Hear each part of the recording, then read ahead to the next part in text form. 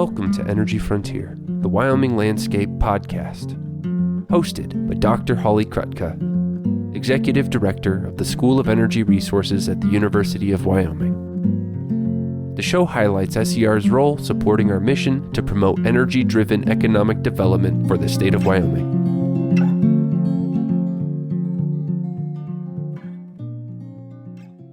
Welcome. Can you please, for our audience, say your full name and your role here at the School of Energy Resources? Sure, Holly. So I'm Fred McLaughlin. I'm the Director for the Center of Economic Geology Research here at SER. And tell us a little bit about the Center for Economic Geology Research. I think most people have heard, who listen to this podcast, have heard already that we structure our research program around centers of excellence. So tell us about the center you lead. Absolutely. So we are one of the oldest centers here at SER, one of the original centers. We used to actually be called the Carbon Management Institute. And I will brag humbly that we are the largest current center with respect to staff. And what we are, we're a group of geologists and engineers, and now even social scientists that research Wyoming's economic and energy-related geologic resources. Economic geology is an older term and has been around for a long time. There's kind of two branches of academic geology. One might study cool stuff like the age of the earth. Very interesting story, but something that's not going to, fuel our modern economy. Economic geology was that branch of the geologic sciences that dealt with our resource bodies. It could be mining ore, it could be construction material. So here we focus on those really important economic geology issues for the state of Wyoming, specifically those that are entwined with energy industries. Cool. So what are your goals for the center as director? Oh, great question. So again, for me, I think our highest level goal is to be the applied geologic research organization in Wyoming that everybody turns to. But that's really high level. How we're doing that goal-wise, specifically, we're working on research to help advance CCUS, what's known as carbon capture, utilization, and storage, which we believe is the keystone for effectively developing new energy industries in Wyoming and the West. And then we also do a lot of work to advance research on what we call value-added derivatives to existing Wyoming energy. So taking a look at the mining industry that exists here and the extraction industry and see what else we can do research-wise to identify other benefits to that industry. And not just the resource, but even the workforce. What are the talents that we have across the state that might be employed in new ways? And I like the wonderful side effect of that goal, Holly, of course, is it helps drive the energy-driven economic development for Wyoming, which is SER's goal. Our mission. Yeah. So one of the things that you said that was really important is you want to be a resource that people can come to. And I think one of the things I've noticed about the Center for Economic Geology Research is you're very well connected around the state, and you have very much a service-oriented focus. So people do come to you about all kinds of topics. So first we'll talk a little bit about carbon capture, use and storage, CCUS, and then maybe we can talk about some of the other areas that you also work on. So one thing, clear for the record, what is the difference between CCS, carbon capture and storage, and CCUS, carbon capture, use and storage? Great question. So the main difference is CCS is specifically focused on taking carbon from an emission point, and there's several different ones. I think we'll get into that conversation a little bit on, and storing it for the long term, basically forever, again, in a saline reservoir. So a place that can hold CO2 safely for the long term. The U part, use or utilization, is taking CO2 into the field and using it directly, most specifically for carbon dioxide enhanced oil recovery. So putting CO2 into depleted fields, and that helps produce residual oil and gas that's left in place. And what do you mean by saline aquifer? Ooh, saline, great question. So that is a reservoir that holds basically just salty water. There is pore space underground, and that pore space is either filled with salty water, fresh water, or gases like hydrocarbon. What's pore space? Pore space. Pore space is void in a rock. There you go. Just empty space. So just what it sounds like. Just what it sounds like. So we get paid to study nothingness, we joke about all the time. So we're not even like theologians. Oh, yeah. Love that. So how long with the idea of injecting CO2 into the subsurface, into these saline aquifers, how long is that supposed to stay there? Well, definitely through human perpetuity, right? Geologic perpetuity is a different thing altogether. But we know, for instance, we have reservoirs in Wyoming that have held fluid in place for over 150 million years. So our hallmark is millions and millions and millions of years. For permitting reasons, it's supposed to be forever. And you feel like that's safe and that's a technology we can move forward with? It's absolutely safe in a lot of instances where we're looking. And again, we know this because there's real CO2 domes in Wyoming that are natural, that have been there for millions and millions of years. There's oil and gas resources that are buoyant. They want to get up to the surface, but they can't. They're trapped by other geologic processes. We know how to do gas storage. We've done it for over 100 years. And there's a lot of analogs that we study for CCS that help us do better science in a less risk-intensive way. Exactly, and you guys have been working on this a really long time in some of the same formations and doing a lot of science, and I think it's something that maybe is just now starting to get out into the public, is understanding that these projects are happening, but you've been doing it for a long time. We've been looking at this for almost 15 years now, specifically in Wyoming. We've been lucky enough to work in other places like China. Geologists look for analogs. We love them. There's a lot of analogs out there where things are actually going on now. We can transfer those learnings here. But yeah, we've been working on this for 15 years, and we study other industries that are very similar. So there's wastewater injection industries in Wyoming that we look at. There's enhanced oil recovery industry that's put well over 100 millions of tons of CO2 in the ground in Wyoming. There's gas storage in Wyoming, natural gas storage that we look at, and all these learnings we take to develop our CCS projects.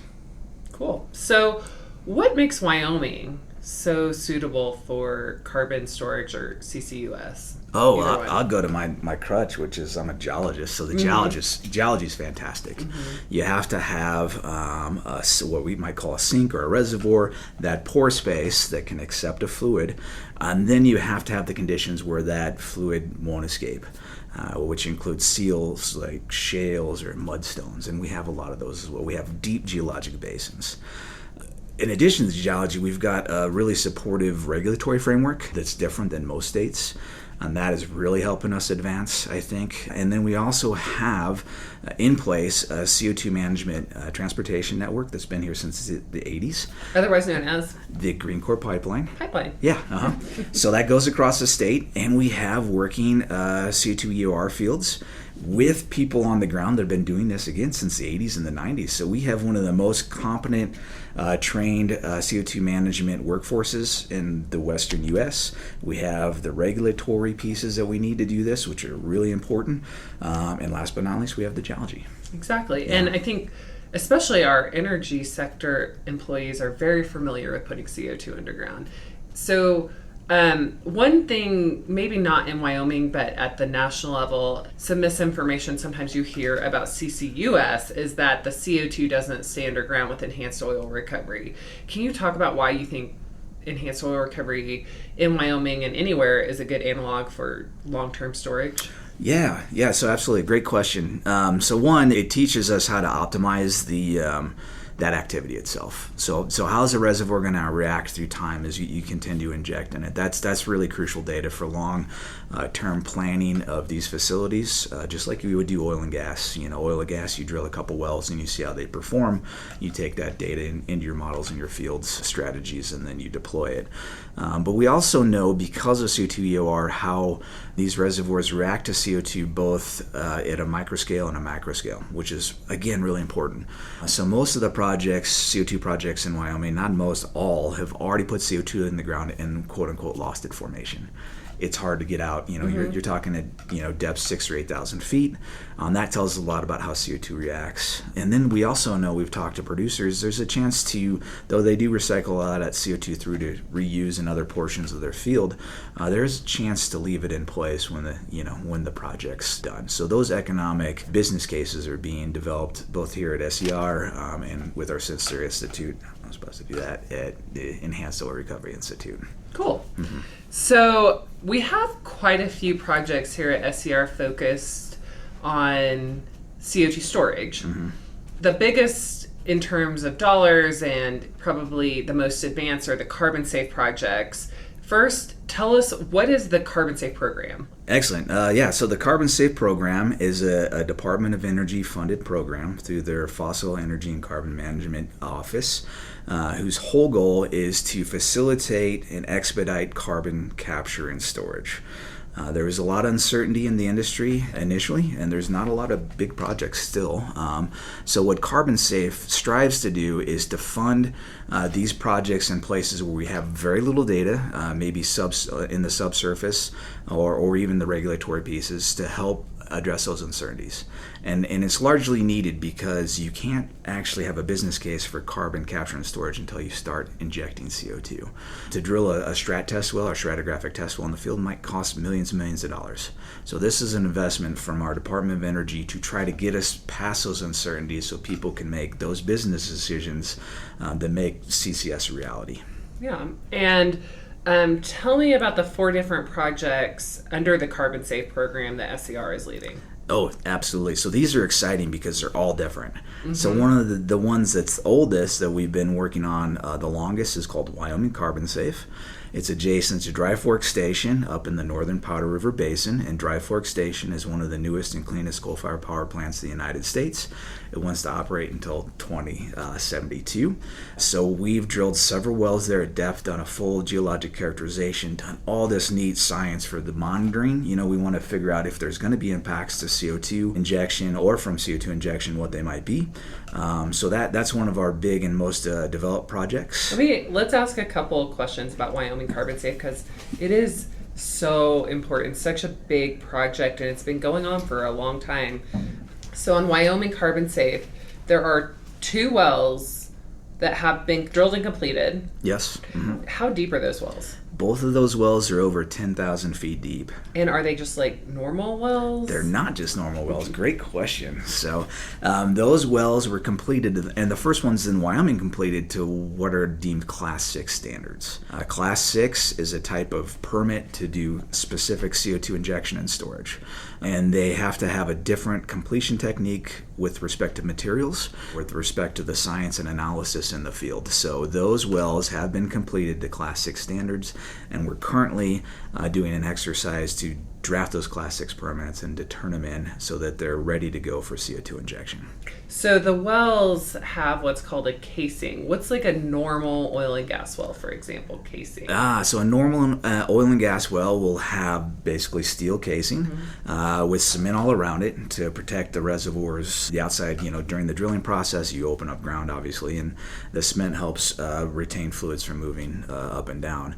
A Class 6 or a CO2 storage injection well still has really a lot of steel in its casing, but also has stuff like chrome, which is less reactive to CO2. And then it has special cements as well, which won't degrade in the face of CO2 during injection activities. So it's a fancy well. It's a fancy well. well. Is it a bling well? Yeah, there's a lot of jewelry in that well. The shiny jewelry. Yeah, and so what else with Carbon Safe? So we've done the wells, but we didn't just put them in the ground. I mean, you studied the reservoirs there to understand where to put the CO2. Like, how did you decide on specific formations? Well, we're lucky there in Wyoming because there's been a lot of subsurface activity. There's been a lot of oil and gas activity all across the state that gives us a good baseline of information on geology and deep basins.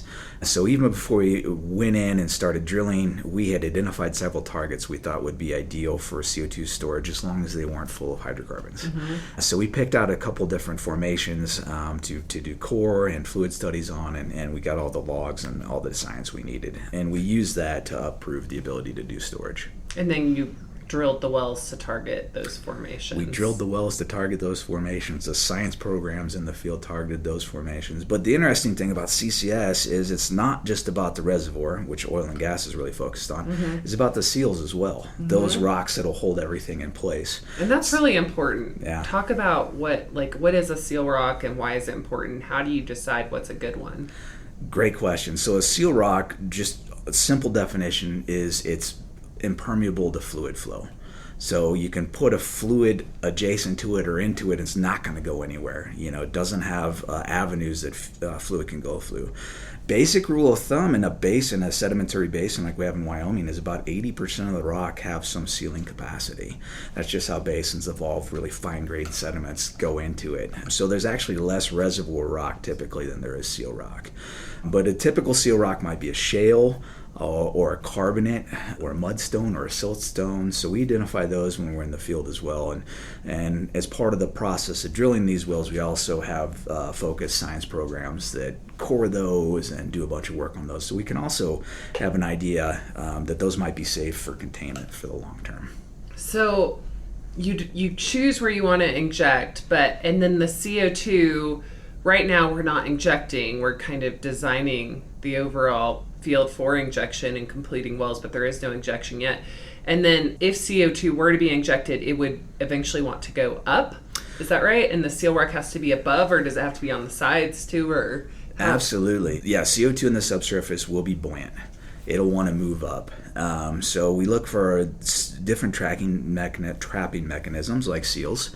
So we need one above, but we need some sort of lateral containment as well. So you don't have to have seal rock specifically on the side. It could be just the hydrodynamics of the system. You have, thousands of kilometers of water pushing back that help the CO2 stay in place, or really kind of more nuanced features like capillary trapping, which is another form of trapping. So the idea once you put the CO2 in is to keep it in place and then not have it move around. And in early CCS studies, we look for structural traps like they did in oil and gas back in the day, anticlines, folds, things that would have an arch shape to some degree that could hold all the CO2 in that area.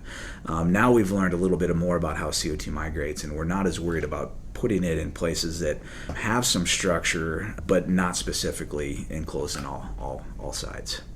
And so there's so much science that's gone into where the wells are, and then you designed where other wells should be. Is that right? Yeah, absolutely. How many? So for Wyoming Carbon Safe specifically, and all the carbon safes, the goal is to develop a storage hub that can accommodate 50 million metric tons of CO2 over 30 years. So we have identified 5 other sites we'd like to develop to meet those goals of the program, and we've developed them be conservative as well. We know there's other CO2 sources in that region and transportation that could possibly utilize those storage sites as well. So we think with 5 sites, 10 wells total, accessing a bunch of 3 different formations at each site, that will give us more than enough capacity to meet those storage goals. And there's also under that Wyoming Carbon Safe program, and this is all, I don't think we said, it's adjacent to Basin Electric Strife Fork Power Plant. It's up in Campbell County, Wyoming. Mm-hmm. There's a lot of testing also going on at the surface. So I think you're monitoring for seismic, you're monitoring for CO2 in soil. Why? Well, first of all, talk about the seismic, because I think that's kind of cool. Why are you monitoring for seismic? Well, we're monitoring for seismic because we're plan is to stick a fluid, in this case CO2, into a reservoir that's already full of fluid.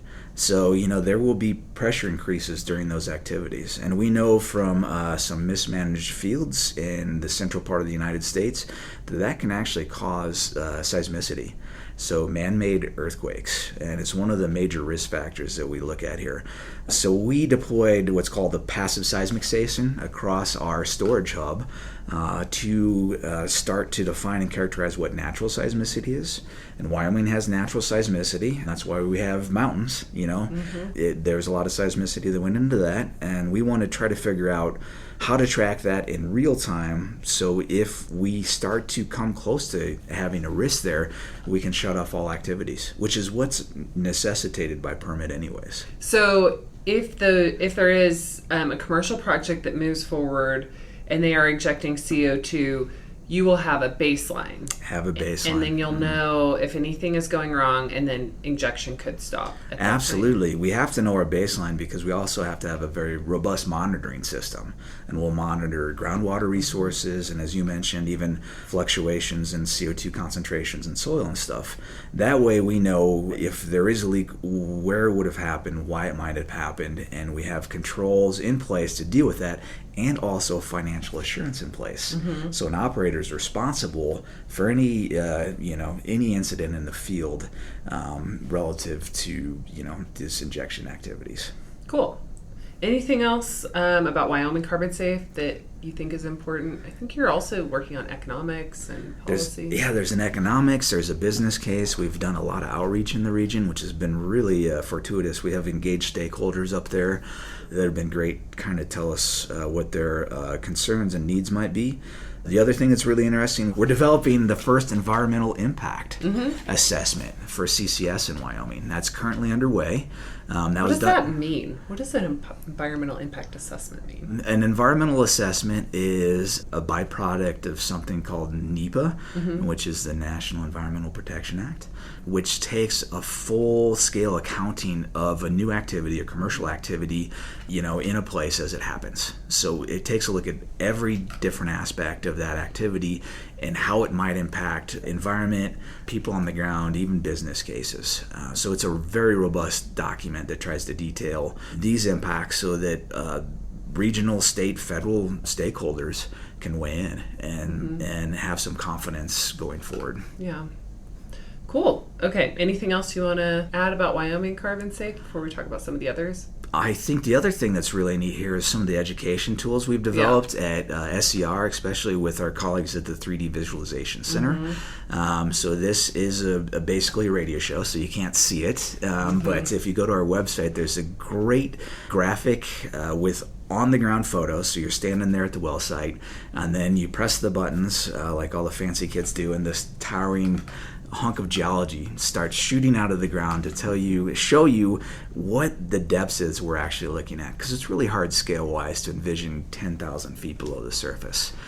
So I think that's one of the other things, and we know other CCS colleagues across the United States have been using that teaching tool to show some of their stakeholders the scale of these projects. And one of the things I love about that visualization is that it also shows things like what is the lowest or the deepest possible source of potable water, even though it's probably much deeper than you would actually ever be able to economically extract for drinking.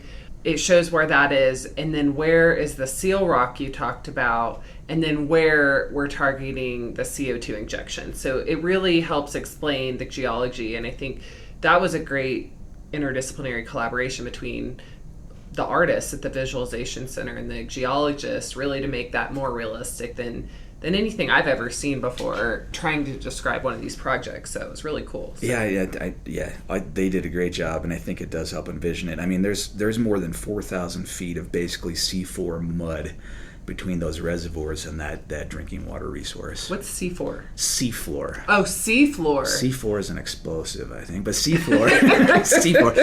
Seafloor. Kara, okay, good edit to that clarify. in. Seafloor mud. So, that was really good to clarify. Yeah, so I mean, anybody that's dug a hole in their backyard can start to have a sense of just how much weight is overlaying these in rock to help contain that injected CO2. Well, my yard is all rock, as we tried to put a fence post in, and it was terrible. So yeah.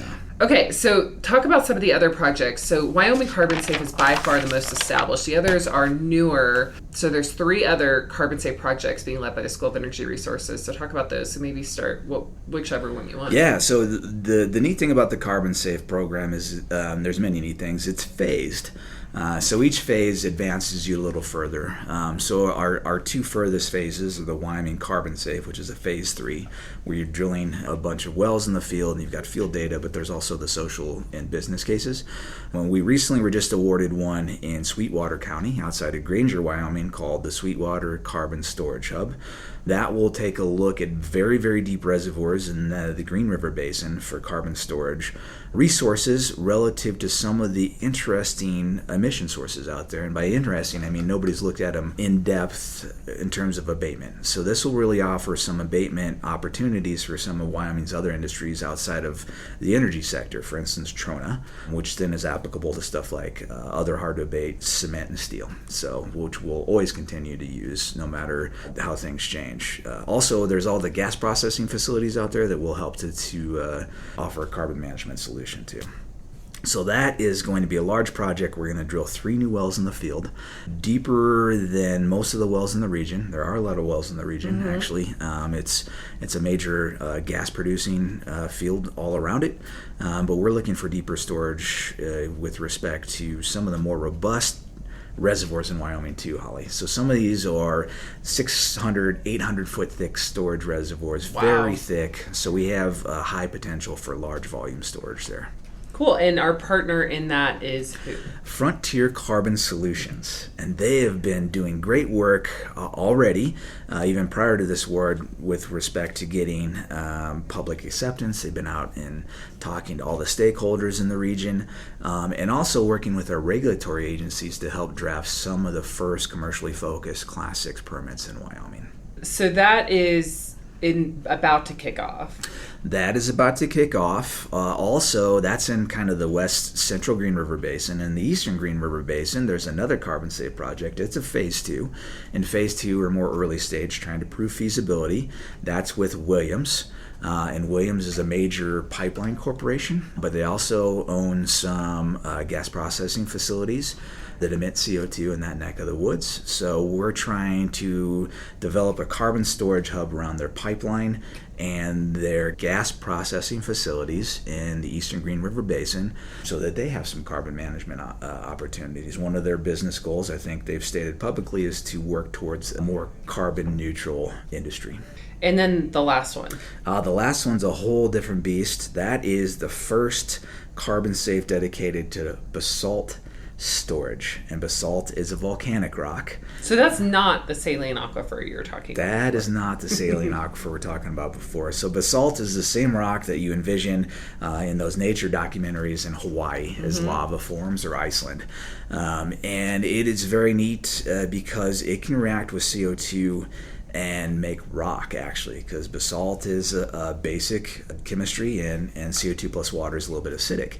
So, they want to equilibrate a little bit. When they do, you can mineralize the CO2 and make a carbonate. So a lot of the stuff we look at saline reservoirs will largely stay as a liquid when we put it down there. We think basalt storage is a unique opportunity because it gives us a chance to take that CO2 and turn it back into a mineral. I think that's cool because on a much shorter time scale, you can prove that CO2 storage is completely stable in a basalt formation. There's also I feel like you guys are really excited about the science. This is a fun one for the science for us. So this is a new area. And that's in collaboration with Calpine, which is a site host, Oxy Low Carbon Ventures, which wants to develop some operations, and then P&L, Pacific Northwest National Lab, who have been leading some of the science on the kinetics of these mineral reactions. And we have a relationship with, because our geology department has sent multiple students to P&L, and we funded some of those students. So we're excited to work with those guys and try to figure out some options for carbon management in Pacific Northwest. And why are we working in Oregon if we're focused on Wyoming? Well, a lot of Wyoming's gas goes to gas plants in Oregon and Washington, which sit on basalts. So one of their only carbon abatement potentials is to develop basalt storage processes and methodologies. Cool. Yeah.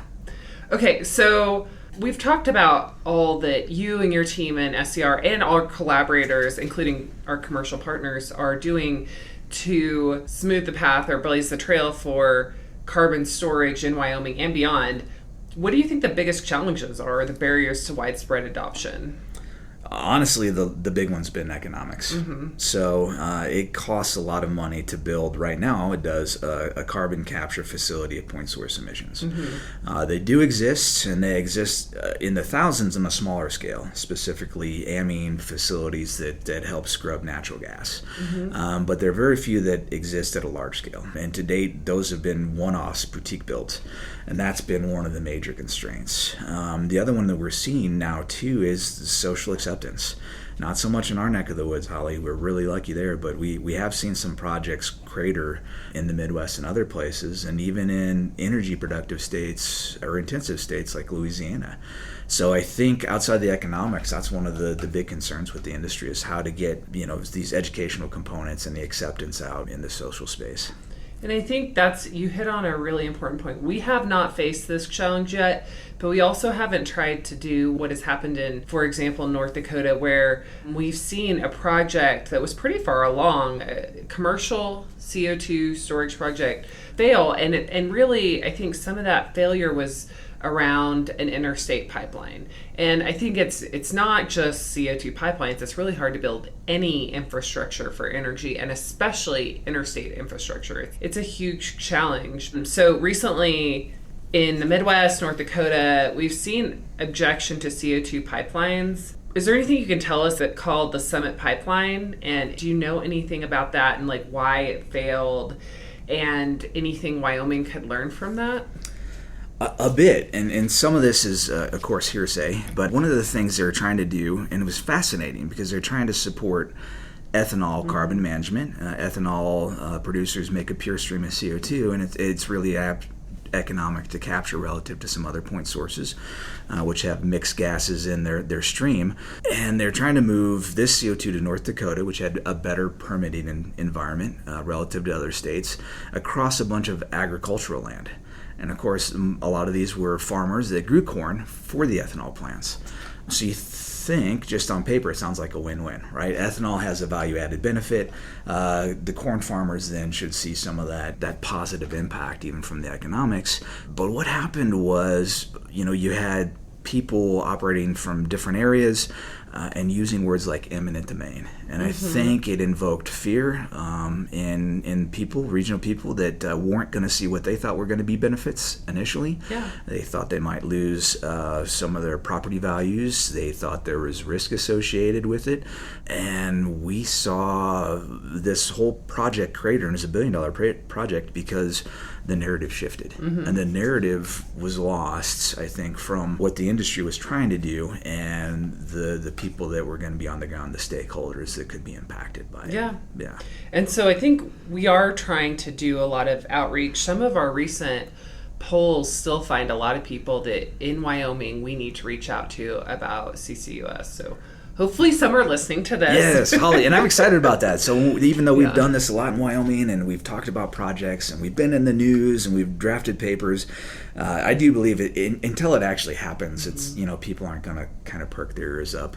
And in Wyoming, we are really lucky because there's 1 degree of separation off from a lot of industries. So I think once these kick off and you have a neighbor that drives a truck for one of these facilities, or a cousin that's a landman that helps build this out, I think it's just going to hopefully for Wyoming be a little bit easier to even with your own social connections start to understand how this might impact Wyoming business and economics. That's a great point. And how does the state benefit from CCUS? Like, what's the size of the prize for us? Oh, the size of the prize, that's very interesting. And our business school and others have done a lot of work on this.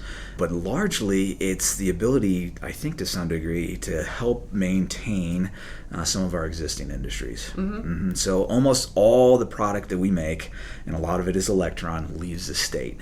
And there's folks that we're selling electrons to that want a low carbon electron. So if we can say, hey, we're doing this in a responsible way, which makes sense to the folks of Wyoming. Again, I think, when Wyoming start to talk about things they're prideful of, or they have pride in, one is resources. And I think their mind flashes just subconsciously when we say Wyoming has amazing resources. You might envision a mountain. At the same time, you might envision a 100-foot coal seam.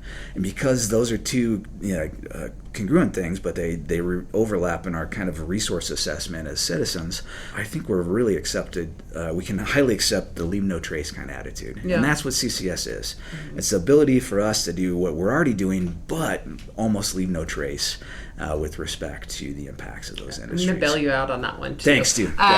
Because it was actually SCR professor of economics, Tim Considine, who ran some really high-level studies, not including things like if you were able to keep a Wyoming coal burning power plant open. So we didn't include the incremental value of that coal, but just on if there are CCUS projects in Wyoming, like, for example, a power plant were retrofit to capture the CO2 and then was stored in Wyoming, that project alone, which we assumed would capture about 3 million tons a year and last about 12 years, would provide over $100 million of revenue both to the state and the county in which it was placed.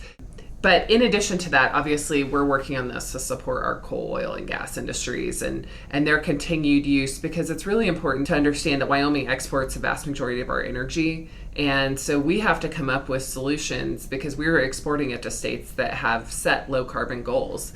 And so we have to be part of the solution for our fuels.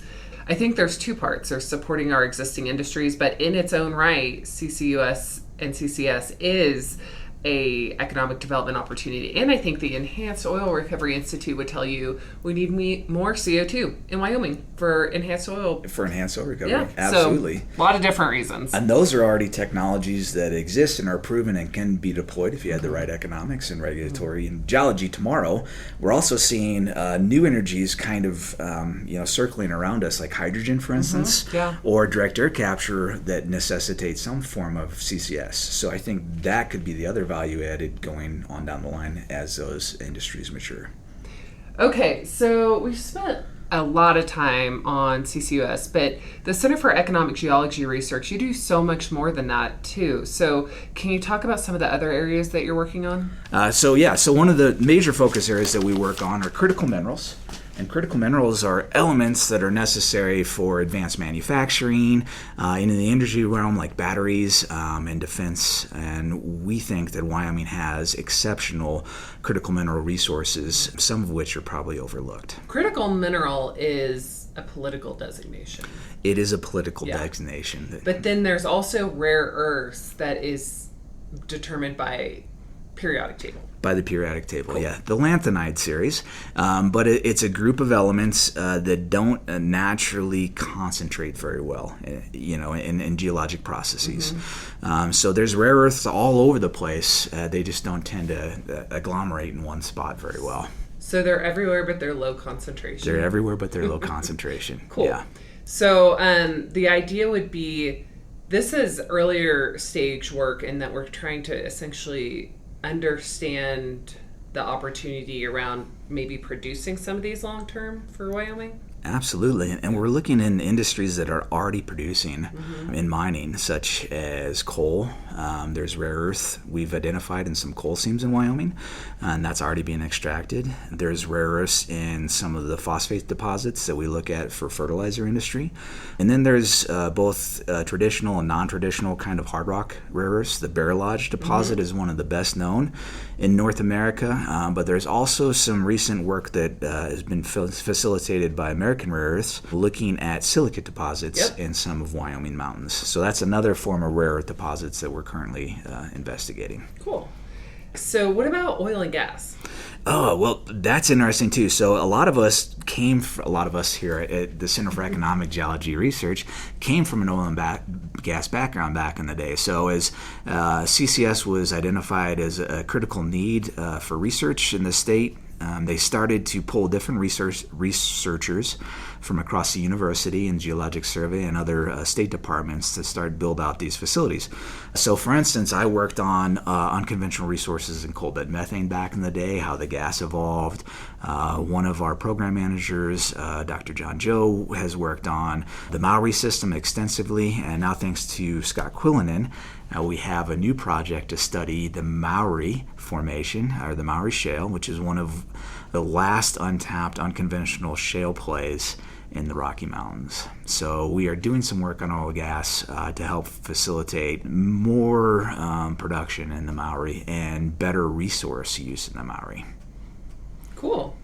You do work on other areas. I know you had a small project that you facilitated related in collaboration with the Department of Geology and Geophysics.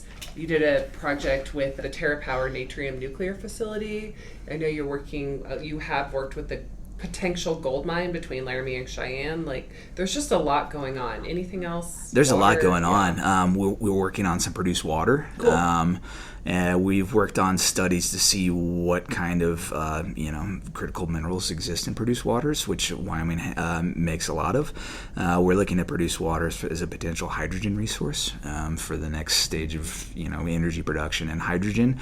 You're right. We got to do a cool geotechnical assessment of the Natrium plant site in Kimmerer. summer, where we took a look at the geology there for any potential risks relative to reactivity or being unsettled. And then we're doing some small projects with some different uranium producers. We're working on some projects with national labs that are deploying some cutting-edge technologies for rare earth element processing and extraction, and even mine-scale evaluation using drones and different spectral imagery of some of the mines in Wyoming for other resources, value-added resources. So again, back to that major goal of hopefully being that go-to applied geologic resource team in the state of Wyoming. And you guys do it all with a smile. You're the best. Well, thanks. So as a center director and a leader, what's one thing you'd like folks to know about your team? One thing I'd like folks to know about my team, and I'm going to say two because we can edit this anyways, doesn't matter. One is we have been very lucky to have a core group of dedicated individuals. And I think you need that to do the research we do. Specifically, it takes a long time to learn about the geologic background and history of a location like Wyoming. Wyoming's one of the most, diverse geologic provinces in North America. So we have this team with a deep set of knowledge there. And the other thing I think that's really cool, Holly, is most of them come from the University of Wyoming. Yep. So most of them are geology and geophysics departments grads or petroleum department or chemie, and we're really lucky to have retained some of them from their grad days, or even some of them have decided to come back to Laramie after experience industry in other places. Yep. So those are the one things that I'd like people to know about. Single-handedly stopping the brain drain, at least for geologists. At least for geologists. But Wyoming is the place to be for geology, is what your people tell me. It is the place to be for geology. Okay, so that brings us to the end of this discussion. But I want to ask one question. Just what's something you like that's unique about Wyoming? And you can't say geology because you've already said that a bunch of times. So a favorite place to visit, restaurant? Great question. So I won't say geology, though it is related to geology. Oh, gosh. So I was lucky enough to do some field work in places where it really felt like nobody has stepped since prehistoric times. And that's just a unique thing in this day and age, I think. So the sense of openness and freedom, it conveys there's opportunities to be had. I don't know, a little frontier-y spirit, I guess. It is frontier-y. Yeah. And it's easy to get out there, right? It's easy to get out. Get on I-70 and a bunch of traffic to try to find your little space in the frontier world. So. Yeah, so I think that's wonderful. And the other thing, which is almost the exact opposite, because what I was talking about before almost sounds misanthropic, but the people of Wyoming are really characters, and it's not just our college town here. It has a lot of transient folks coming in and out. I mean, they're really unique people here that are dedicated to being here, which you don't always get, So it doesn't feel like another suburb somewhere in America. Right. Yeah. Totally. Okay. Well, thanks for all you do, and thanks for talking to us today. Thanks, Holly. Happy to. Okay. Thank you for listening to this episode of Energy Frontier, the Wyoming Landscape, the podcast that highlights the School of Energy Resources at the University of Wyoming. You can expect a new episode of Energy Frontier every other Wednesday on Apple Podcasts, Spotify, or wherever you listen to podcasts. See you next time.